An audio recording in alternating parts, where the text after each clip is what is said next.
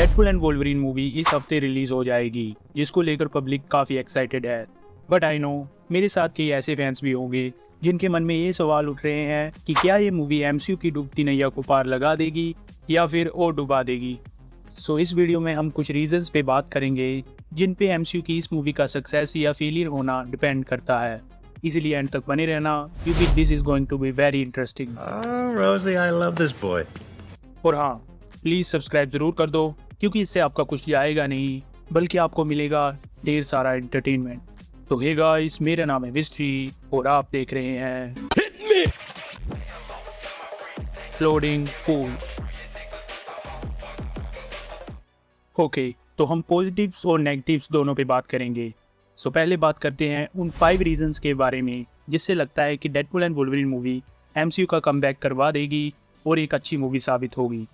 सो reason number 1 जो हम सबको पता ही है वो ये है कि ये एमसीयू की 2024 में रिलीज़ होने वाली पहली और आखिरी मूवी होने वाली है, क्योंकि इस साल मार्वल की कोई और मूवी नहीं आने वाली। हमने ऑलरेडी पिछले कई सालों से देखा है कि डिज्नी प्लस के लॉन्च होने के बाद मार्वल ने काफ़ी ज़्यादा कंटेंट ड्रॉप किया है, जिससे ज़्यादातर fans super hero fatigue experience कर रहे थे। फाइनली मार्वल को ये रियलाइज़ हो चुका है कि थोड़ी रफ्तार कम करनी पड़ेगी। इसलिए जहां धाड़ मार्वल की मूवीज़ और सीरीज ड्रॉप होती जा रही थी, इस साल अब तक हमें सिर्फ एको और एक्समैन 97 ही देखने को मिले हैं, जो कि डिज्नी प्लस पे रिलीज़ किए गए थे। सो डेडपुल एंड वोल्वरीन इस साल मार्वल की ओनली मूवी है जहां हमें ऑलरेडी पता है कि इन दोनों कैरेक्टर्स की फैन बेस काफ़ी ज़्यादा है। सो इतने टाइम के बाद एमसीयू के लिए एक मूवी आ रही है जिसमें ये दोनों कैरेक्टर्स बकचोदी करते हुए दिखेंगे। सो ऑब्वियसली ज़्यादा से ज़्यादा लोग इसे देखने जाएंगे। इसलिए मूवीज़ और सीरीज़ पे ब्रेक लगाने का डिसीजन मार्वल के फेवर में ज़रूर जाएगा और ये मूवी एक बड़ी सक्सेस हो सकती है। दूसरा रीज़न है कैमियोस। सो एमसीयू की ये पहली मूवी नहीं है जिससे कैमियोस के लीक डेली आते जा रहे हैं। But interesting thing is that कि जिन जिन कैमियोस के होने की रिपोर्ट्स घूम रही हैं वो काफ़ी बड़े हैं, जहाँ अभी भी कुछ कंफर्म तो नहीं हुआ।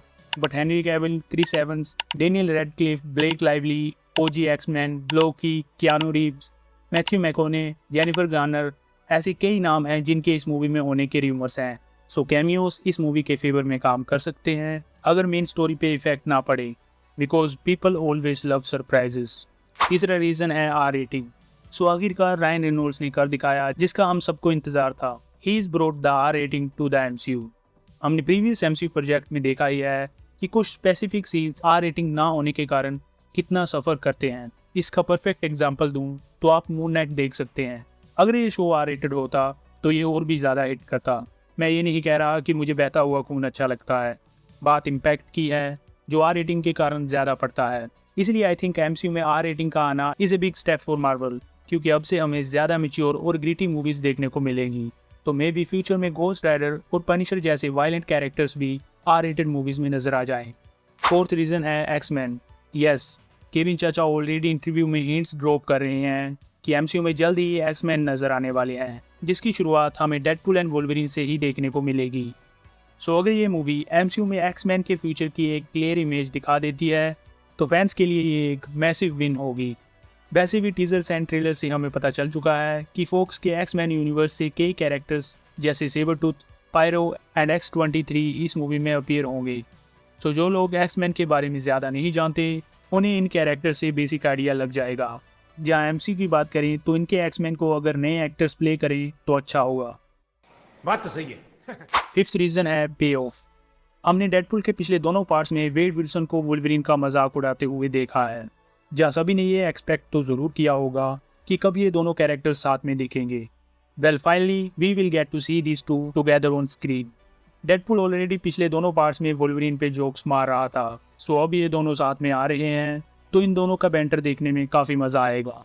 ऑलराइट, अब बात करते हैं अगर ये मूवी एक्सपेक्टेशंस पे खरी नहीं उतर पाई तो उसके क्या रीजंस हो सकते हैं।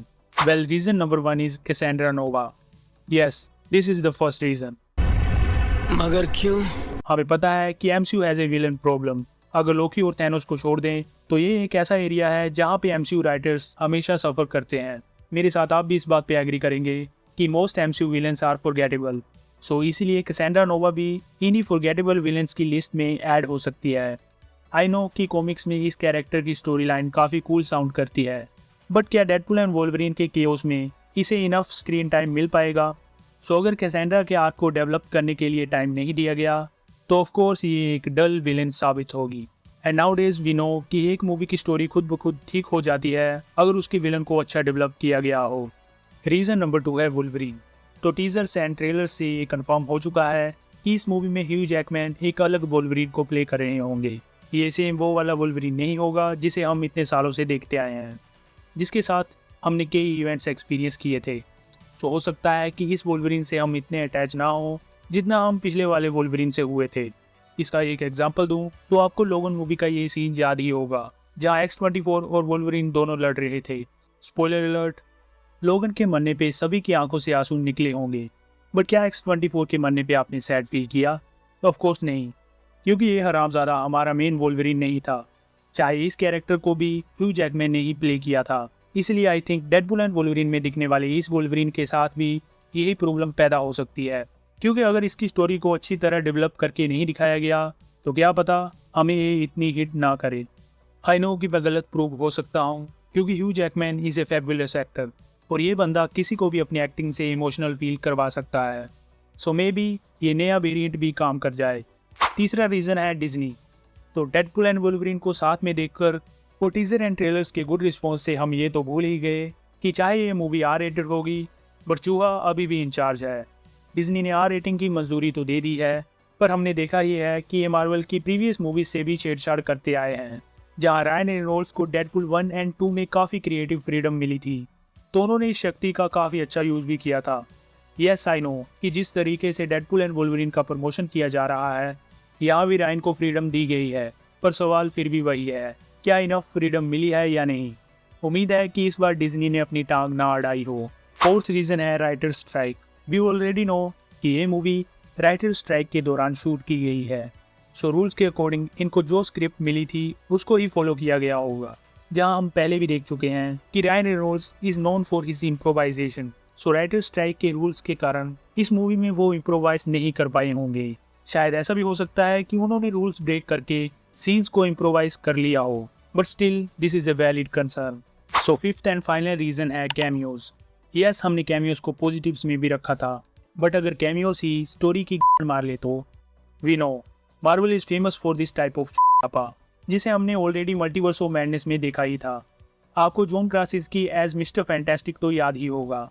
आई थिंक ये कैमियो एक जेन्युइन कैरेक्टर मोमेंट की जगह सिर्फ एक फैन सर्विस था, जिसको अगर मूवी से निकाल भी दिया जाए तो ज़्यादा फर्क नहीं पड़ेगा, क्योंकि वैसे भी वोंडा ने इसके 2 मिनट्स नूडल बना दिए थे। मेरे कहने का मतलब ये है कि अगर फैन कास्ट देखते हुए मार्वल डेडपूल एंड वुल्वरीन में रैंडमली बड़े बड़े एक्टर्स को दिखाता है जो सिर्फ फैन सर्विस प्रोवाइड करने के लिए लाए गए हों, तो मूवी की पेसिंग और स्टोरी दोनों पे काफ़ी फर्क पड़ेगा। वैसे भी मार्वल ज़्यादातर कैमियोज को हैंडल नहीं कर पाता, और क्या पता कहीं ये पूरी मूवी कैमियोज में ही ना निकाल दें।